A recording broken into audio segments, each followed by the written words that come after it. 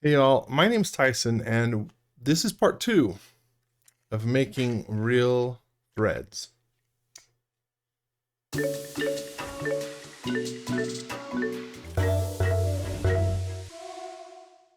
In part 1, we did a lot of this back here that you see. We talked about the nature of some of the pieces you need to know, thread terminology, and we created just generic threads using the Whirl plugin. This time we're going to use a different method. It's going to allow us to be more precise, exact, and we're going to use real world measurements. So hopefully you've seen some of this, and let's jump in.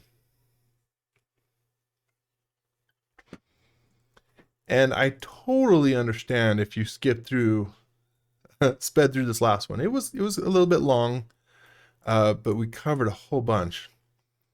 We're gonna not cover all of this stuff again, but we're just gonna cover the method for creating the spiral and the solid. The first thing we're gonna do is create our helix. And before we do that, we need to know some numbers, because this method, we have to start right from the beginning knowing exactly what we're going to create. And to do that, you may need to go look up a thread calculator. Now this one is from Theoretical Machinist. There's many out there. This just happens to be one that has a lot of different thread sizes, and it's going to give us what we need. But like I say, there's lots of them out there. This has metric options and other things. So let's say we're creating a 3/4 by 10. That'll be a nice even number. Hopefully make it a little simple. So if I hit compute, this is going to give us a whole bunch of numbers. We don't need most of these numbers. We know that our major diameter is going to be 0.75. You see there's a little bit of tolerance built in here, but we'll just say 0.75. If we were to build this and want it to work with an existing nut, then yeah, we might shrink that down a little bit for our own tolerance. But the other thing we need to know is the pitch. In this case, it's easy, 0.1, but it could be something that we'd want to write down. And the crest flat and the root flat and the thread depth. Those numbers are going to give us everything we need to build this out. So I'm going to set this over here. And let's start by building our helix. Now, if you haven't used the Curve Maker Helix tool, don't worry about where you're pointed this or how big it is. Just draw any helix. Because if you watch down here, if I hit enter, it's just going to take me through some of the options, but it's also going to cycle back to the beginning. So 2 turns, let's say 20. Radius, right now it's above 6, let's say 2. Sides per turn, just to show, let's say 10, and you can see the number that it's 10 segments per turn. Height per turn, well, if this was 1 inch per turn, you can see how much higher it is. Clockwise is always 0. Yes, clockwise is fine. But it's going to take me back around again. So I'm going to say instead, let's add real numbers now. I want 5 turns. Our radius, again, our full diameter is 3/4 inch or 0.75. Half of that would be 3/8 inch. So I can enter fractions or decimal. And I don't remember the decimal right now. The number of sides per turn, let's turn this up to 60. We talked about last time that 60 is a good general purpose for this. If we were making a bigger thread, we might turn it up further, but also don't go crazy. Height per turn, this one's important, 0.1. Remember, that's our pitch. So our pitch is how many, in this case, because the thread. Okay, that's our pitch. That's our pitch. Clockwise 0. This is what we need. So I'm going to hit escape when I'm done, and this is what we need, and this will give us the accurate diameter, and pitch. So I'm going to draw a line up. You can see that's point 0.1. And I'm going to draw a rectangle exactly to that point. And this will help me draw the tooth. All we need to draw is one tooth to create our thread. And here's where I'm going to reference some of the dimensions I have over here. So if I get the tape measure, I'm going to pull this in my thread depth. What I can see here is that a thread depth of 0.07 or 0.065 looks like that's going to be right there in that tolerance. Now I need my crest. And the crest, if you remember, is the outer part of the tooth. So I'm going to make the crest 0.015. Now, this needs to be part of the tooth. Well, I drew it up top here because now I can simply take and grab the midpoint and make a copy of this and move that midpoint right to here. That will split this because I need half of this on the top and half of this on the bottom. So I can erase that, select that little edge and move it down here. And that's going to automatically break that line. Okay, now I need the root, and the root, let's see, the root I'm going to make, you know, it's close enough. I'm also going to make it 0.015.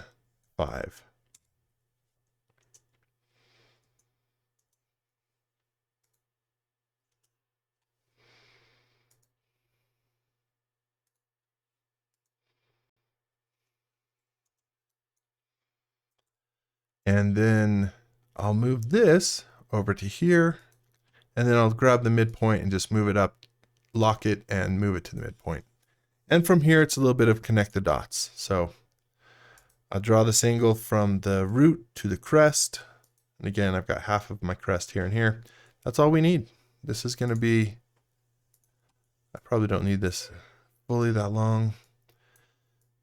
This is going to be what we need. So I'm going to select this, move this back. Now I need to make sure this meets up exactly here. Right? Because that's our outer diameter. You can also, just as an example, see why we need to be careful this matches up exactly with the helix and the tooth that we're drawing. If this were higher or lower, then once we spin this around, we're going to have gaps or overlaps. Okay, so we at this point could run the upright extruder. Let me ungroup this, and to run upright extruder, you just select your curve, in this case our helix, and a surface. So I'm going to run it, but I'm pretty sure it's going to have some problems. Let's find out. Oh yeah, that does not look great at all. Some of you might have expected that. We are at such a small scale, and SketchUp just does not love tiny geometry. It's an architectural sized modeler. So I'm going to select all of this and scale it up by 1,000%, like we did in our previous video. 1,000% is nice. It gives us a nice big working geometry, easy to scale back down. Also, if you like working in metric, even on an imperial, even if I took these numbers and I said, give me these numbers in millimeters to 0.2 precision, I could start drawing this whole thing in meters using my millimeter and then scale it back down by 1,000. So that you can just start drawing at a large scale, or you can scale it up by some factor. Let me run this again. Select the surface, the helix. I don't want, this is going to take a while if you if you had, you know, a ton, if you made your helix really tall. So that's why I tried to, regardless of how tall I want this eventually, I just do this. The other thing that you might consider doing, I should have done this before. It should work just fine. Oops. I don't want necessarily that my surface merge with the helix here for this reason and others. So I should have, before I ran this, taken this, I'm going to move it by the midpoint and move it up to here. Okay. By moving it exactly to there, we're still going to get good geometry, but we won't have that merging issue.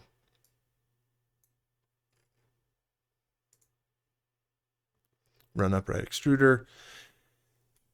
If you've never used the follow me on a curve like this, you might be wondering why we're using upright extruder, not the follow me tool. The follow me tool will take your initial surface and will curve it based on the path. And so we would get some wildly warping geometry here, whereas upright extruder forces it to stay vertical. So now we can delete that. I'm going to select all my geometry, group it. From here, if you are comfortable with solid tools, with making things, you know, we're basically doing a lot of what we did last time down here, where we need to make this a solid and then just kind of shape it how we want. So let's do a little bit of that. We're not going to take it to the full extent we did last time, but let me run cleanup. And another thing that I see, this tends to have this little gap right here. So I'm going to, first of all, I'll just run solid inspector. Go ahead and get rid of what you want to from the start. It says this is no errors. No, there's this little bit of geometry here that tends to cause a problem. So even though it says it's not registered as a solid. To fix that, I'm just going to draw a cylinder.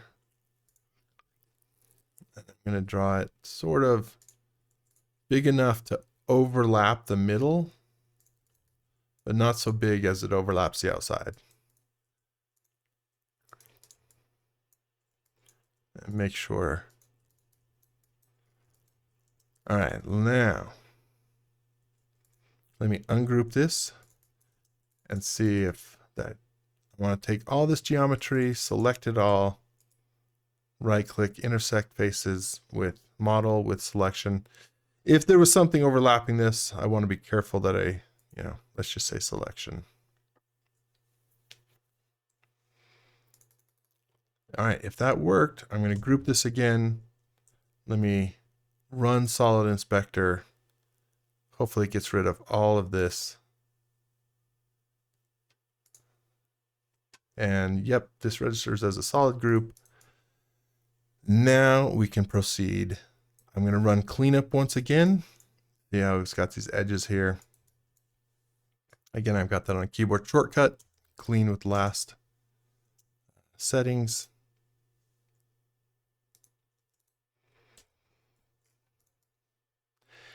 The final thing we need to do to make this usable for us is basically crop this.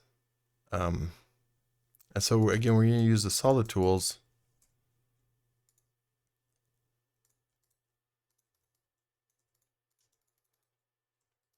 So I'm going to have one block above and one below. The thing that we need to do is just make sure that we're cropping this to the same point. What I mean is, if I draw a line from here, let's say to here. Now that's outside of this group, but it's just going to be a reference for me that I want to move this exactly up to this point. And I got to be careful. It needs to be exactly. So lock that. And then move this one down to this point. That way, as we'll see, we can replicate, we can copy this upward and then merge this into a taller thread. I'm losing my words. Threads are crazy. They're fun. All right, so if we've done this correctly, we can cut you away from you, and then we can cut you away, and that gives us a nice, what are you? Oh, don't need that. That gives us a nice piece that, again, if all is well, we move that up vertically. That's not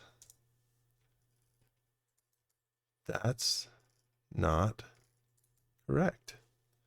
What did we do?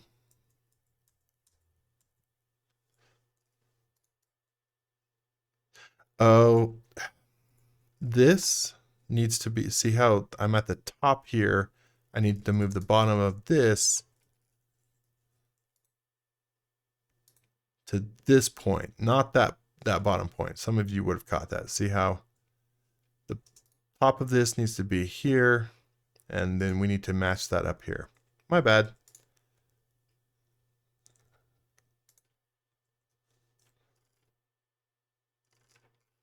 Let's try that again. You from you, take you from you.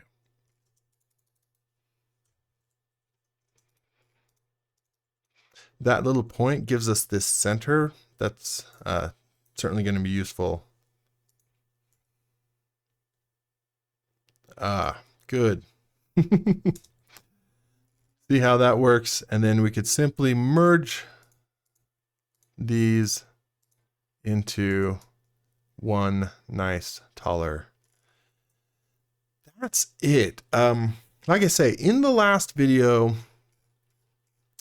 we talked more about that you can then take that piece, create inside threads from it, taper it, attach it to something else. I will emphasize, if you haven't watched that one, make sure that if nothing else, you're aware that if you're creating inside threads that you want to match up to this, make sure you give yourself a little bit of a tolerance, as in you scale this larger, but not by the corner. You need to scale it side to side from the center. So I'm going to say 1.03 on each side, 1.03, and then move it back. I move this 1,000 away. So if I look at this and turn X-ray on, right, that gives me the tolerance, and then I could cut that from something else. Another thing that you can do, you see how there's a little bit of a taper here with this particular method when you scale it. If you want this to be super exact, you could create the inner profile and you could create the outer profile, and then build both of those up in the way that we did this one. I haven't had really problems with this level of tolerance, but it's something that you can do. So just keep that in mind. So we would take those, scale that back to 0.001. Let me move that back to here somewhere. And that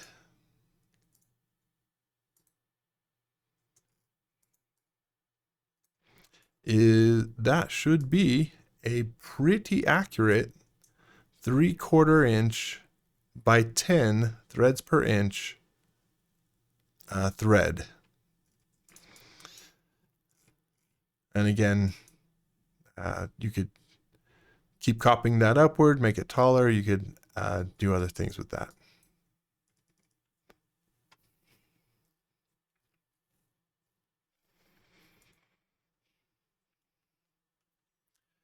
but I'm sure this is long enough, and we covered some of that previously.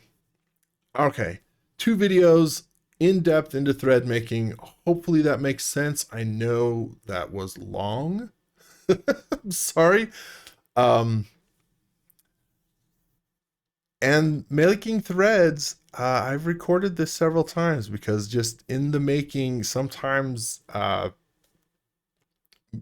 creating a solid out of it creates little geometry that starts causing problems. And there are some things, but generally that methodology should work fine and give you some really interesting things to play around with.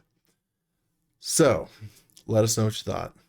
Let us know what else you would like to see, or you could be interested in trying, and we will try to create some skill builders around that. As always, thank you so much. Do like and subscribe.